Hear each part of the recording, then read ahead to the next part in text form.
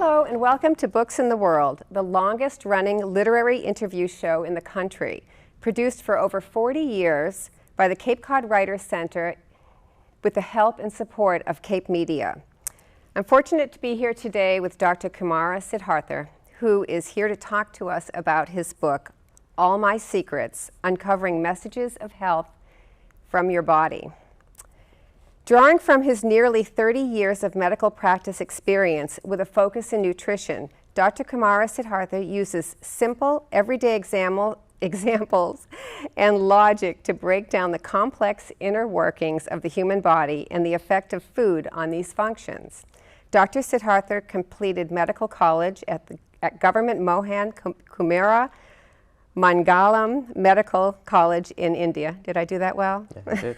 Good job. Followed by internal medicine residency training at Lincoln Medical Center, affiliated with Cornell University in New York.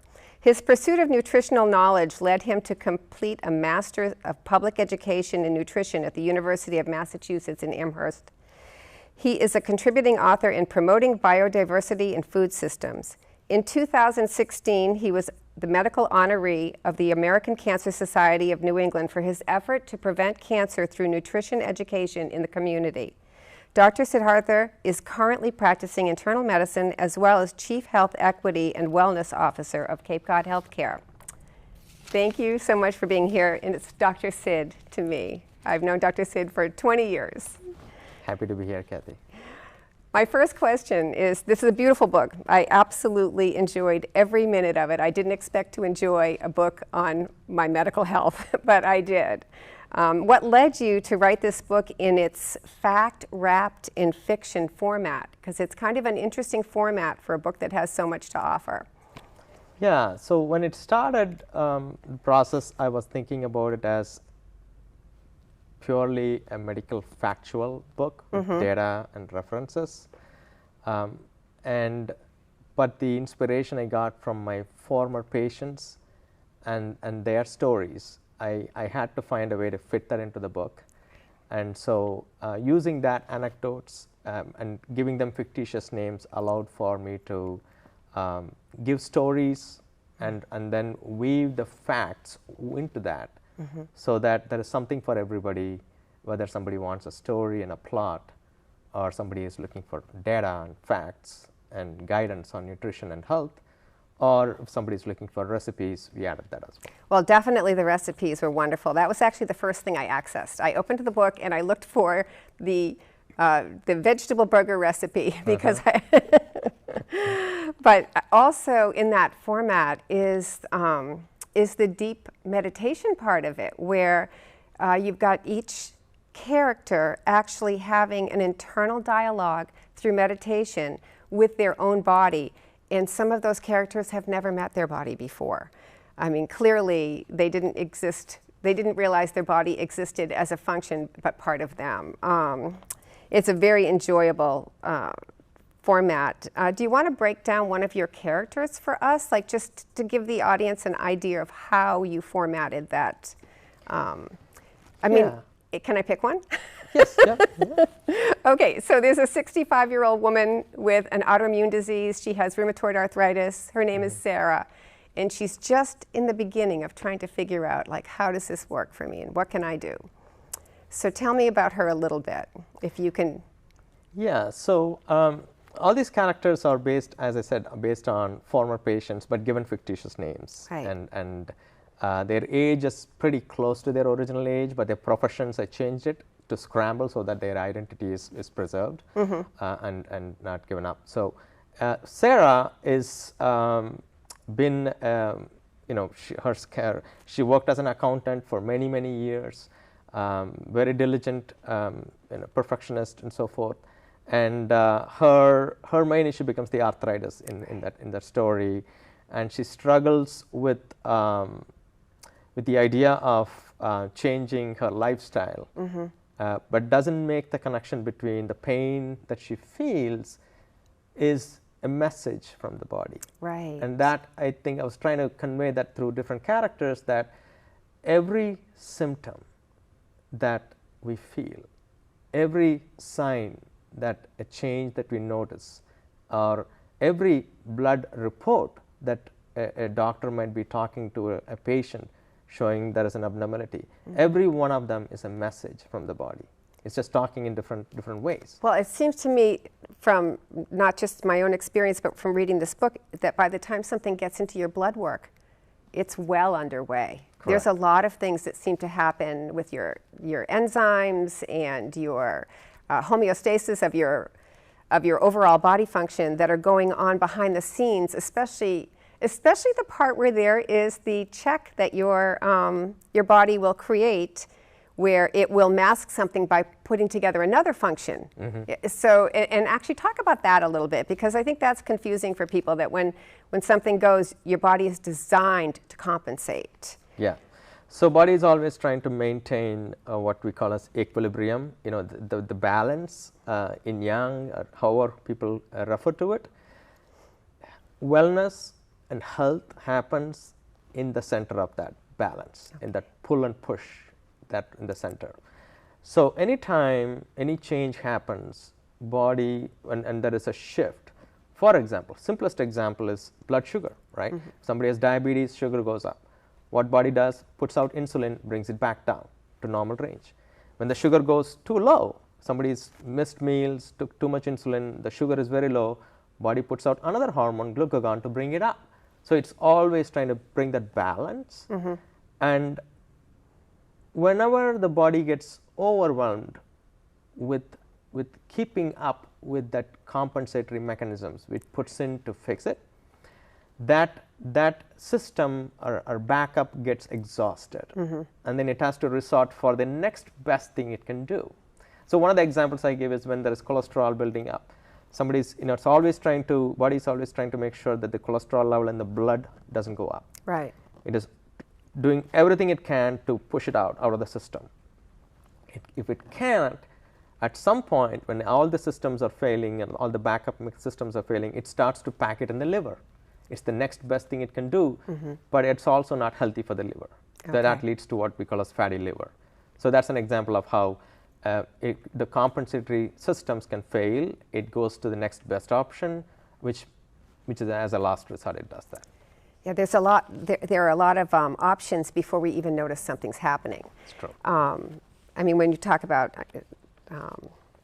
your cholesterol, and you talk about leaching calcium from the bones in order to neutralize, like, the acid in your blood and things like that, that people don't realize are all cause and effect. So your process throughout this whole book has been to talk about how we can make the changes ourselves using diet to make those changes, which is very, one of the things that which I knew this fact before I read this, was that in medical school you get about 24 hours of actual nutrition training as a physician, which kind of belies that we are what we eat. I guess not, but we are really what we eat. And so to focus on that in your practice for all these years, what have you learned is the number one thing that people need to, if they have to stop doing something, if you had to say, the cow is out of the barn, which I hate to use that, and people are getting sick, what's the number one thing they can do that would help nutritionally? Of all the patients I've seen over the years, 30 years of practice, the one thing they can start to do is to increase leafy greens in their diet. If they're not eating enough leafy greens, increase that. That's, if there's one choice. If it's just one choice, right, exactly. Increase leafy greens. Well, I mean, even my joke with people would say, what do you mean you don't drink milk? And I would say, well, cows don't drink milk either. They just eat dark leafy greens, and that's how they produce their calcium. Yeah. So any of those, yes. Spinach or arugula or any of those leafy greens are great. Yeah. Well, I was on vacation this past week and had a really hard time finding good food. And it depends on where you go. Some places you can probably easily find them. But there were times that I felt like I was stuck in a fried food buffet. And I know that we're kind of stuck in a fried food buffet in this country when you think about it.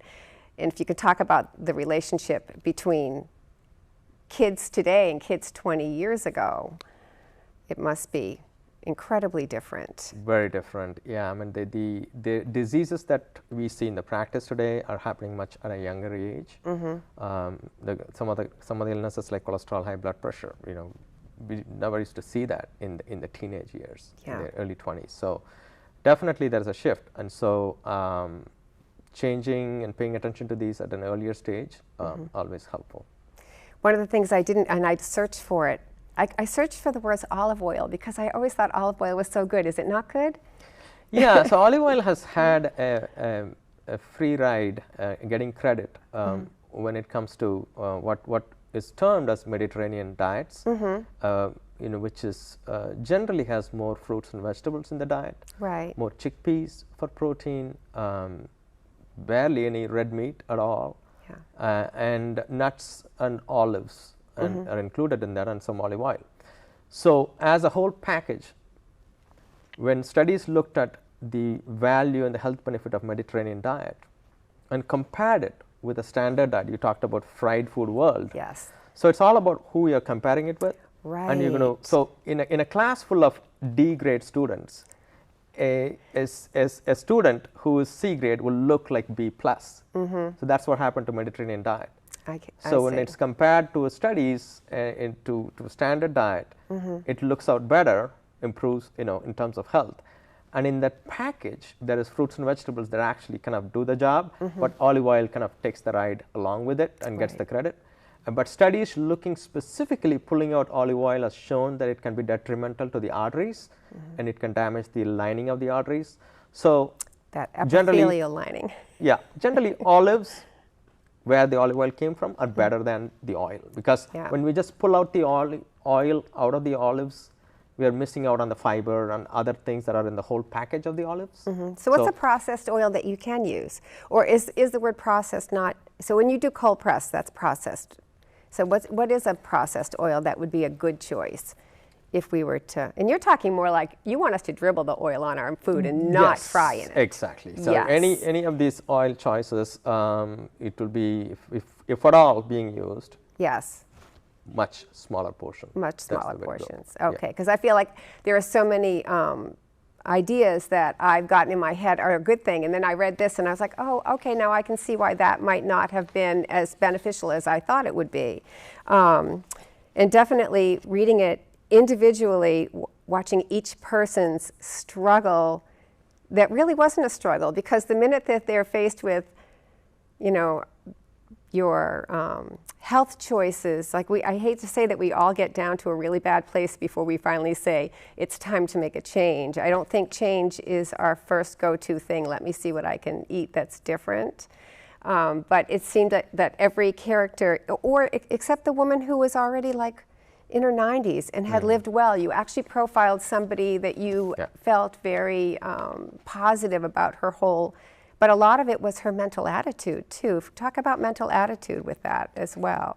Yeah, so that character who it's a showcase aging well, and in her story, you know, she talks about all the things she has learned, including the whole food plant-based nutrition regimen that she follows, as well as the importance of attitude in looking at life, reacting to events in life.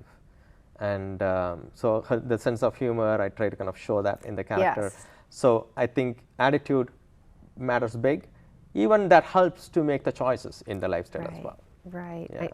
And then the cultural aspect of things like, you know, kind of how we've lost the cultural dance part of our cultures.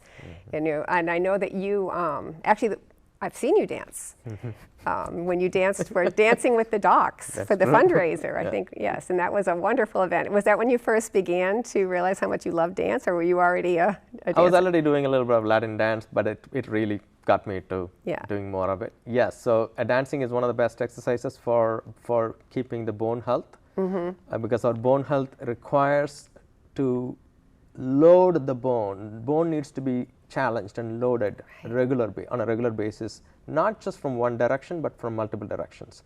That's why somebody who is doing sports like tennis or dancing or yoga and stretches that puts load on the bone in different directions, that can improve the bone strength much better than just walking, which is only one direction, unidirectional movement. So yeah, any of those dances and jump rope, I talk about that. So that is covered in that bone health chapter that touches Well, that. even the aspect that people think of weight bearing as weight lifting, and that's not necessary, really, just to keep moving and creating, some kind of rhythmic, push on your bones is kind of a weight bearing. It is. It's called ground reaction force. When you jump, Oh, right. We land on and there's a force that hits the spine and it helps the spine.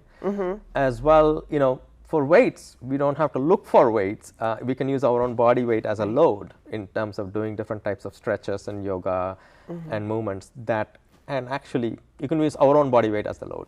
Yeah. Do you feel in general hopeful about the direction that information is taking, where people are getting more access to these ideas of I believe so. I mean, I think my journey on this understanding started 22 years ago on the Cape. I was here 2002 when I started on the Cape. I came from New York, and at that time, this information was very kind of an outlier, fringe It was brand idea. new. Yeah. So now I think there is more and more awareness. It is not totally out of the mainstream discussion these days. So there is definitely hope. There is much more to do. That the amount of the illness and the burden out there is still there. Right. But hopefully that the people can pay attention to their own body's messages. Right. And pick up on the solutions out there. And some of these people, their bodies had a pretty good sense of humor. Kind of riding them a little bit on some of their choices. Like when you did that particular thing, I was suffering. You didn't really see it, but I was suffering. And when you think of your body as well, as we talked about earlier, when you think of your body as a friend and a mechanism, and I mean, as I say to my grandchildren, you're in your human suit. Take good care of it. Like, this is you. You got your spiritual life. You jumped into your human suit, and you get to take it for a ride, and it's got to last. Absolutely. So it's kind of But that idea that you're separate from your body is weird. You know? So I think that was one of the messages in each character I was trying to show was that listening to the body and the body speaking and advocating for itself in each of those characters. And trying to add some humor to it, and all of that kind of makes it lighter. Yeah. But the message still is there to say, look out for your body. Right. It's been there. Right. Well, when you also the idea that medications are wonderful, but quite often they're a life preserver to get you through to a healthy point, and people have to, not have to, but it's sometimes in your best interest to look at it short term.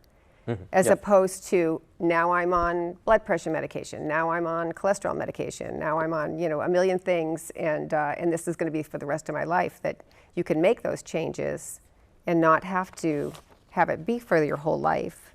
What does a well-rounded, full-rounded life look like to you? When you're talking about a life, what's a full-rounded life look like to you? That's a big question. I know. So it's not a trick, because I think you're working it. I think just the ability to listen to self and others,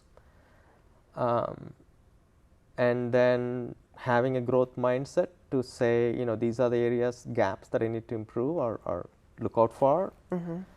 And making those changes to reach the full potential is probably how I see it as a full life. And then what we discover from it, we share, and then share laughter with others too. So.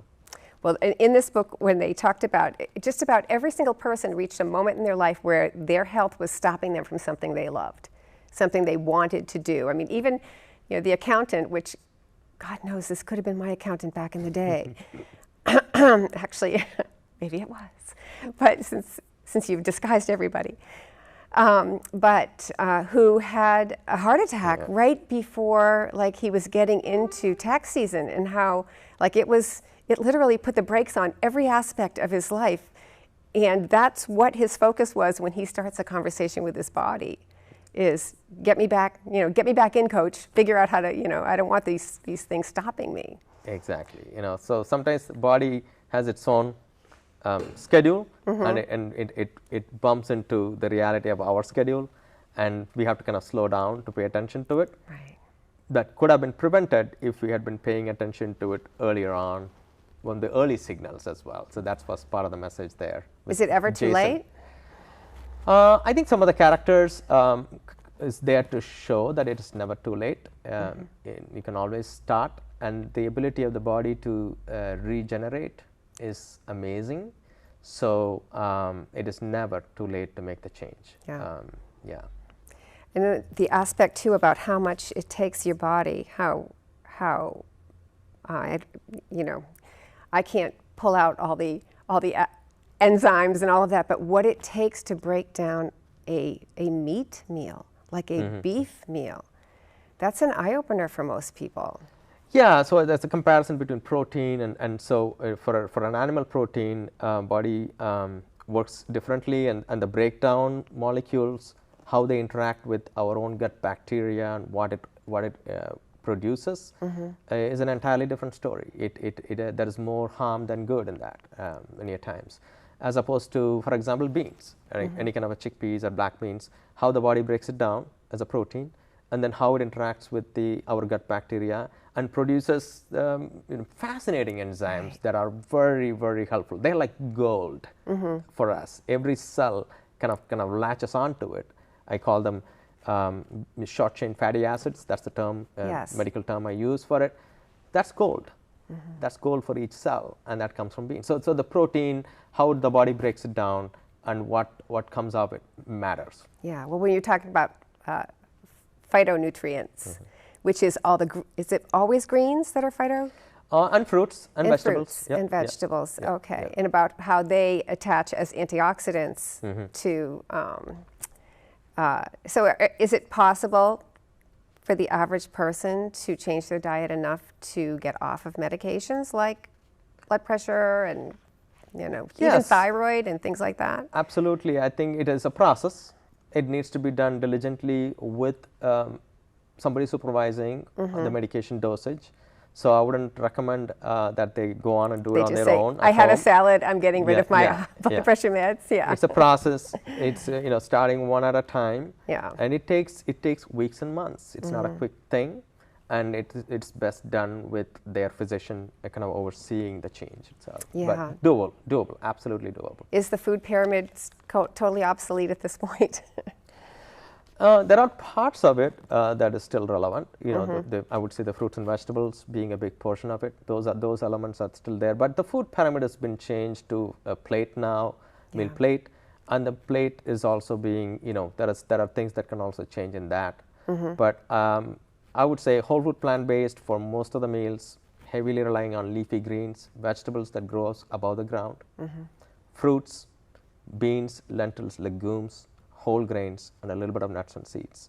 Yeah. That's kind of the main paradigm. And then everything else is condiments around it. Right. Okay. So, and then what's your take on fish? So fish is the same type of animal protein. So the protein, whether it is fish, whether it flies, walks, or swims. Very molecularly, the protein makeup is the same. Okay. It's exactly the same, because they are the building blocks. If you think about a wall with building blocks, the protein of an animal, whether it's flying or swimming or walking, is made up of building blocks that have a particular type of molecules, like sulfur predominant molecules. So they behave differently in the body. Like I mentioned earlier, how it breaks down, how it works with our bacteria, and what comes of it is all different. Not more harm than good, I would say. As opposed to any other plant protein, whether it comes from rice or beans or broccoli, all of them have protein in them. Their makeup, building blocks are different, so the outcomes are different. Okay, so that was another thing too, when people are trying to put together a protein, the recommendation is a rice and a bean together, make a complete protein. Or is that still in the? No, I think the complete protein is something, as long as somebody is hitting vegetables, fruits, beans and lentils, whole grains, and nuts and seeds in a weekly menu on a regular basis. So overall, I think they cover all the essential nutrients they need for protein. Yeah. If you have, I could also picture this book being turned into something for children, by the way.